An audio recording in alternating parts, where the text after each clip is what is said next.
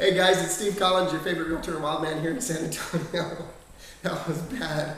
And obviously I'm not chasing the camera down because I've got Angela in here today. She'll be camera worthy next week or whatever, but we found the camera so we know where it is. And she just did something really funny that was actually pretty cool. Makes me want to turn the camera off and jump over the table, but I don't want to do that.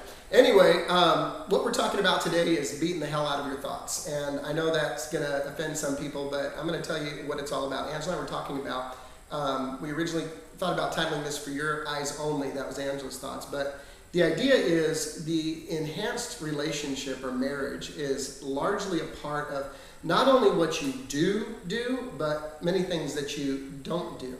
And there's boundaries, and there's other times we can talk about that. But what we're talking about today is the concept of thoughts, because we are creative beings. We are very creative individuals, and we were designed with this amazing imagination. In fact, a lot of people are seized with fear because of imagination. It's not because something has actually happened, but they fail to try to achieve or try to succeed at high levels because of the fear of what may happen. And that fear comes from really thinking about the thoughts or what are the negative consequences. And a lot of times that is a very paralyzing factor.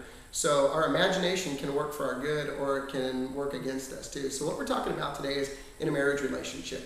In a marriage relationship, taking your thoughts captive, if you will, is very important. For your eyes only, it's just a basic principle. And the principle is this: you can't stop a bird from flying over your head, but you can certainly keep it from building a nest in your hair. And the idea behind that is that we can't control what thoughts enter our mind, but we certainly have control over taking those thoughts to the next level, or really going with that, or imagination. And that's where hearts begin to separate. Because I'm talking about stuff on the heart level, not just the basic interactions of life.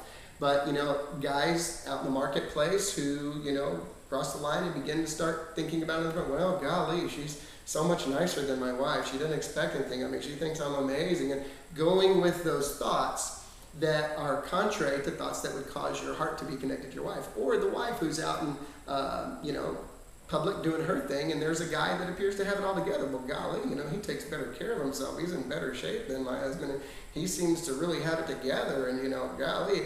And those thoughts can really lead you down a path that you don't want to go down, because it all starts with the thought. Nobody, falls down into somebody else's bed.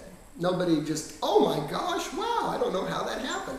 Everything begins with the seed of a thought. Everything begins with the seed of a thought. And so if I can give you a visual concept of it, if you can imagine a glass of water, and if I had a red dropper with red food coloring in it, and I had a spoon, and I take that red drop and I pop it in, and as soon as it hits the top, I get it out. Get it out immediately with the spoon. Maybe little tiny traces of it, but not a lot. Now imagine if I put the drop in there and just wait a few more seconds, 3 or 4 seconds, and it starts kind of doing that. Then you get it out. You can still do it, but the longer it settles in, the more a part of that water it becomes. Now imagine putting it in there and really stirring it up. It's going to be too late at that point. So that's fine. We can just leave the phone there. I'm not worried about it. And, that wasn't distracting to me at all. So anyway, you can see that the speediness and the timeliness of dealing with that thought that you shouldn't be thinking or allowing to enter into your mind or to your heart. When that thought comes in here, you immediately recognize it as something that's not going to enhance or build your relationship or your marriage. And the more you let it get in there and weave its way around, that is so cool. Angela's like, enough, you're talking too much, so I'm about to shut it down. But time is the key factor. So you can't control the thought from entering your mind, but you can certainly control how long you entertain that. And the more you learn to discipline yourself to beat the hell out of those thoughts before it can really get into your heart and your mind and your spirit and just begin to defile you, the better you're going to be. So beating the hell out of your thoughts, it's a really good thing. So thank you very much. Hope you guys have a great weekend. God bless you.